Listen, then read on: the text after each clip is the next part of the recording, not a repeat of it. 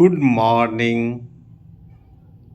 निशा इतिहास गंगोत्री चैनल में आपका स्वागत है। आज हम लोग बीए सेमेस्टर 3 MJC 3 में प्राचीन भारत के जानने के स्रोत के क्रम में पुरातात्विक स्रोत का अध्ययन करेंगे। तो पुरातत्व क्या है, पुरातात्विक स्रोत क्या हैं, इसके बारे में आज हम लोग अध्ययन करेंगे। प्राचीन भारतीय इतिहास को जानने में पुरातात्विक स्रोत का बड़ी महत्वपूर्ण भूमिका है। इतिहास की सर्वश्रेष्ठ कसौटी परंपरा नहीं बल्कि पुरातत्व है। जिस ऐतिहासिक तथ्य का पुरातत्व का समर्थन प्राप्त नहीं है उसकी नींव बालू की तरह है, उसकी नींव बालू पर है। पुरातत्व वह विज्ञान है जिसके माध्यम से पृथ्वी के गर्भ में छिपी हुई सामग्रियों की खुदाई कर प्राचीन काल के लोगों के भौतिक जीवन का ज्ञान प्राप्त किया जाता है। प्राचीन भारतीय इतिहास के वैज्ञानिक और क्रमबद्ध अध्ययन में पुरातात्विक स्रोतों का मदद अत्यंत लाभप्रद है। साहित्यिक स्रोतों की तुलना में पुरातात्विक स्रोत अधिक प्रामाणिक माने जाते हैं। अब आता है कि प्रमुख पुरातात्विक स्रोत क्या क्या हैं भारत के। प्राचीन भारत को जानने के लिए पहला शिलालेख आता है, दूसरा मुद्रा आता है, तीसरा स्मारक आते हैं, चौथा मूर्तिकला है, पंचमा चित्रकला है। ये सभी पुरातात्विक स्रोत प्राचीन भारत को जानने में हमारी मदद करते हैं। पहला शिलालेख अध्ययन और उसका महत्व। अभिलेख मुख्यतः 3 प्रकार के मिलते हैं। प्रथम श्रेणी में वे अभिलेख हैं जिनमें अधिकारियों और जनता के लिए जारी किए गए सामाजिक, आर्थिक, प्रशासनिक राज्यादेश हैं, उनके निर्णय हैं, उन सब की सूची मिलती है। दूसरे में कौन आते हैं? अनुष्ठानिक अभिलेख, जिनमें बौद्ध धर्म, जैन धर्म, शैव धर्म, वैष्णव धर्म आदि संप्रदायों के अनुयायियों ने जो स्तंभों पर, मंदिरों में, प्रतिमाओं पर कुछ लिखवा दिया, उत्कीर्ण करवा दिया, जिसका अध्ययन कर हम उस काल के धार्मिक स्थिति के बारे में जानते हैं। तृतीय श्रेणी में वे अभिलेख आते हैं जिनमें विभिन्न राजाओं के विजय हुए, उनके लिए जो प्रशस्ति लिखे गए, उन सब का वर्णन वे शिलालेख में करवा दिए। अब इसी तरह में कुछ प्रमुख हम लोग पढ़ेंगे, जैसे प्रयाग प्रशस्ति। प्रयाग प्रशस्ति अभिलेख किसके द्वारा रचा गया? हरिसेन के द्वारा। इसमें गुप्त सम्राट समुद्रगुप्त के राज्याभिषेक, उनके दिग्विजय, जो विश्व विजेता कहलाते थे समुद्रगुप्त, और उनके व्यक्तित्व सब की जानकारी हरिसेन महोदय ने प्रयाग प्रशस्ति शिलालेख में कर दी। दूसरा हाथी गुम्फा अभिलेख, यह चेदिराग जो आज कलिंग है, उनमें उनके राजा थे खारवेल, उनके विजयों का अभिलेख इस हाथी गुम्फा अभिलेख में किया गया है। तीसरा आता है जूनागढ़ अभिलेख। रुद्रदामन के जूनागढ़ अभिलेख में यह वर्णन किया गया है कि रुद्रदामन ने सुदर्शन झील का पुनरुद्धार करवाया, पुनर्निर्माण करवाया, और इसका वर्णन जूनागढ़ अभिलेख में है।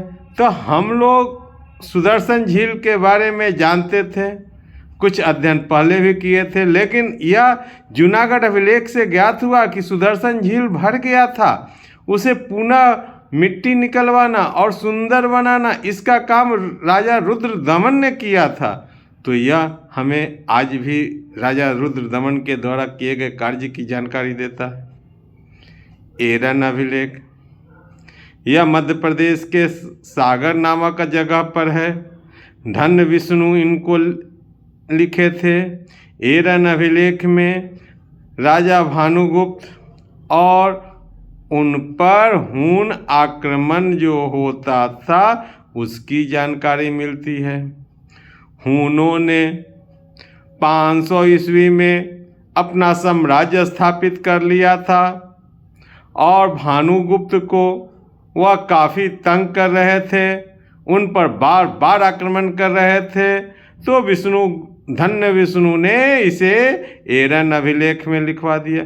सबसे महत्वपूर्ण बात एरन अभिलेख का है कि 510 ईस्वी में सती प्रथा नामक कोई सामाजिक कुरीतियां हैं जो इसी समय शुरू हुआ और इस कुरीति को धन्य विष्णु ने एरन अभिलेख में लिख दिया। तभी से हम लोग जानते हैं कि सती प्रथा की शुरुआत उसी समय हुई होगी। ऐहोल अभिलेख रवि कीर्ति के द्वारा लिखा गया है।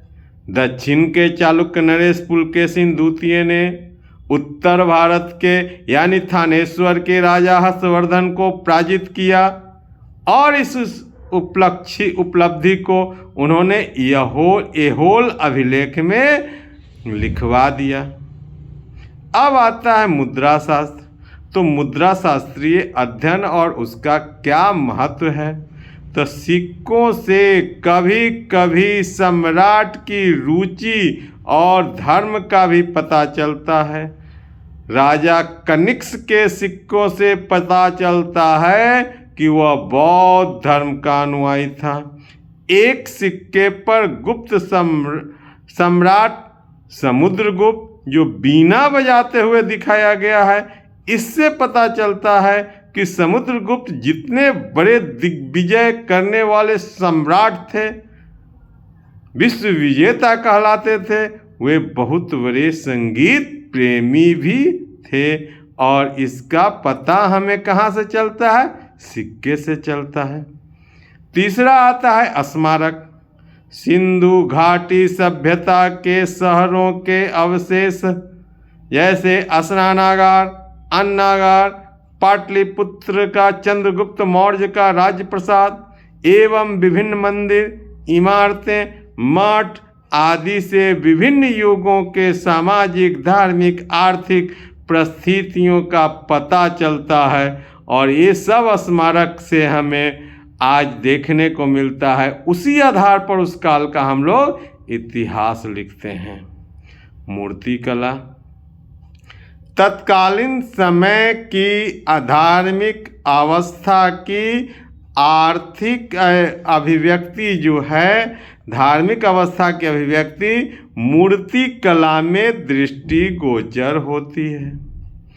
कुषाण कालीन मूर्तियों में स्वाभाविकता थी, गुप्त कालीन मूर्तियों में सांकेतिकता अधिक हो गई।